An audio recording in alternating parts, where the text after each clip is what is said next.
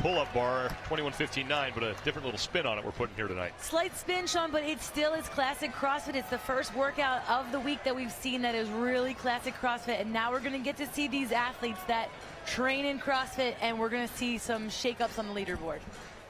Add up those numbers from left to right. They add up to 21, 15, and 9. A complex on the barbell and the pull-up bar each station. The 10 women in the second of 4 heats. The top of your screen, Margaux Alvarez and Jenn Jones, 2 athletes to watch here in heat number 2. Yeah, I'm going to watch, Margaux Alvarez. It's coming in with that rib injury, so I'm really hoping on the bar we'll be able to see where that injury is at. If she can handle these bar muscle-ups, chest-to-bar pull-ups, then we'll know going forward that she's strong and she will be able to last through the weekend. But I think this is a good telltale of where she's at coming into this games this year. We have Jenn Jones also side by side with her. She's a college gymnast from Western Michigan and 3rd consecutive games, looking very composed. Already like what I've seen with her so far. She's predicted to do really well at the games this year, and I like the composure that I see with her, and I think this event's going to be a really good one for her. Jenn Jones came close to cracking the top 5 last year at the CrossFit Games and hoping to improve on that this year. Heat 2 of 4 for the women underway in the 21:15.9 complex. We open with 8 deadlifts of 115 pounds. At the top of your screen, the current movement that the leader is on. We'll have a blue box around it. You can see what's coming up next. And then the names underneath that, the leaders of the heat, will be highlighted in blue. Chrisry Adkins on the left of your screen, battling Mandi Janowitz and Elisabeth Akinwale and Dani Horan. Kelley Jackson there. All the women on the lead pace here. Elisabeth Akinwale in the purple in the middle of your screen and the black pants, and everyone just about at the same time rolling their barbells to the 6 number, where they will now perform 6 snatches. And Sean, just like any other 21:15.9, it's not the first round. It's not going to tell us who the leader's going to be or who the winner's going to be. It's going to be the later rounds and who was smart here in these rounds. Watch how the girls are going to use a hook grip, wrap their fingers around their thumb. They're going to take breaks because they want to make sure that they're saving their grip for the end of the workout. Elisabeth Akinwale, the first woman onto the pull-up bar. Jenn Jones on the right side of your screen. She is there as well. That's your battle for first place. We know Elisabeth Akinwale can move a barbell around. She also has a gymnastics background, so she should be okay on the pull-up bar. She should, but she's going alongside or competing alongside a lot of other women that are really strong on that pull-up bar. And I think Akinwale knows she needs to make up probably some time on that barbell, and I know she'll do so. Jenn Jones and Elisabeth Akinwale going rep for rep as they battle it out for the lead. Meanwhile, in lane 9, Pip Malone has gotten herself on the pull-up bar. Margaux Alvarez in lane number 1 is there. And in lane 10, Dani Horan is on the pull-up bar. That's Pip Malone in lane 9 out of Australia, finished 3rd in that region and making her 2nd appearance here at the CrossFit Games. Elisabeth Akinwale, though, on the bar muscle-up is still your leader. She and Jenn Jones going rep for rep in this finishing movement of their first 21 complex. And Akinwale using a little different technique. She's pulling the one arm over versus the other. It's going to fatigue that right arm a little bit more. Jenn Jones was looking a little stronger, but Elisabeth Akinwale was able to get those done a lot faster. Akinwale onto the 2nd round of barbell movements right before Jenn Jones. And don't expect Akinwale to put this barbell down until she gets to the power cleans. She will move it up to the number 5. Now she needs to perform 5 power cleans. Jenn Jones on the right, going through 6 deadlifts, and then she will join Akinwale on the power cleans. Elisabeth Akinwale is your leader. Akinwale coming into this event in 21st place overall. 100 points to the winner of the event. 2nd place gets 95. 3rd place gets 90, and so on and so forth down the standings. So Akinwale could really use a win here. She absolutely can, but she has shown us in the past that sometimes she goes out a little too hard. It's just going to be whether she can maintain this pace and keep it up all the way through the end. I think Jenn Jones has a slight advantage here because she can watch, she can see where Akinwale's at, and kind of can see if her pace is there. She knows how much energy she has left in the tank. She knows what she can do on a pull-up bar, and the key to this workout for these guys, since they're neck and neck, will be the final pull-up bar. Elisabeth Akinwale goes unbroken on the sets of 4.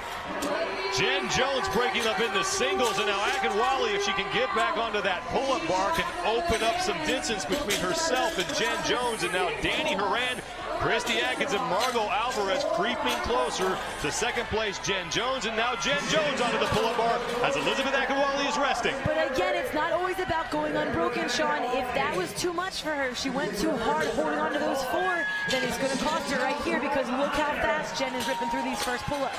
Elisabeth Akinwale has lost her lead to Jenn Jones, and Jenn Jones' ability to crank out pull-ups on that bar has allowed her to pull ahead, and now she leads. The time to beat belongs to Amanda Goodman. She put that up in the previous heat, 5 minutes, 37.42 seconds. I want you to also watch Jenn Jones on the left of your screen. She's doing her chest to bar pull-ups with a traditional kip style.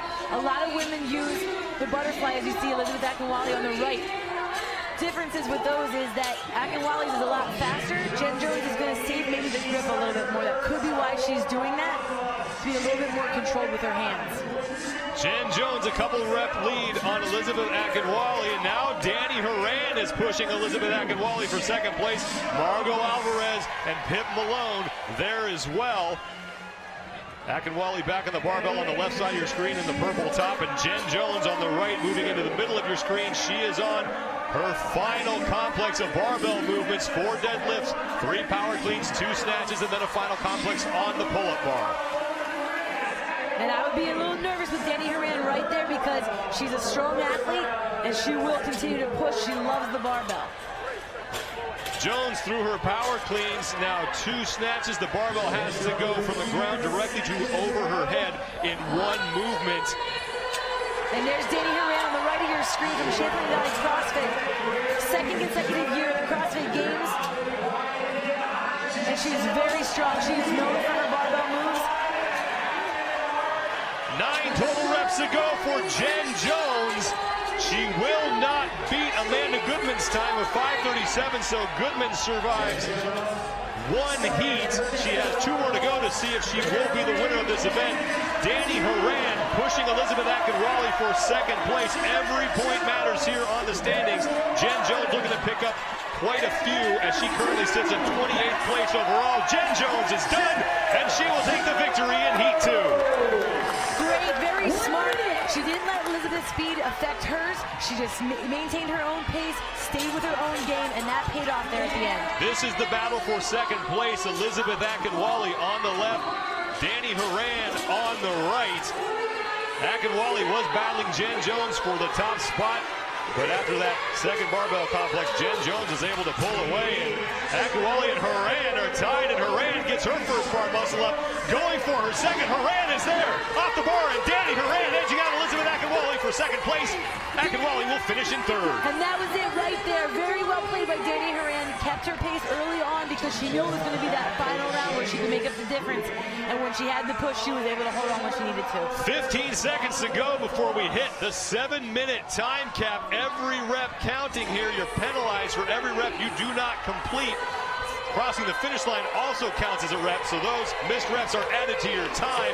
Pip Malone will beat the buzzer as she gets across the finish line. Just squeaked under the time cap, and very strong performance by Pip as well. Jenn Jones takes heat number 2. Right now she will sit in 3rd place overall in this event, but boy was she consistent on that pull-up bar. She sure was. This workout's all about your grip and how you play the barbell. If you hold on to the barbell too long, you're going to fatigue your grip. She was real smart, was able to drop there. That's what saved her the grip, so that at the end she was able to hold on when it really counted and get that first place win in this heat. Jenn Jones takes heat number 2. Dani Horan in 6:30.64, edging out Elisabeth Akinwale for 3rd. Let's send it down to Amanda Kren standing by with Jenn Jones. Jen, how did you plan to break this one up? Early in the beginning, and then kind of capitalize on the end. The snatches were fairly lightweight for me, so just 2nd and 3rd round, just kind of time to go. What was it like to get to do some classic CrossFit out there? So wonderful, so wonderful. Thanks, Jen. Good job.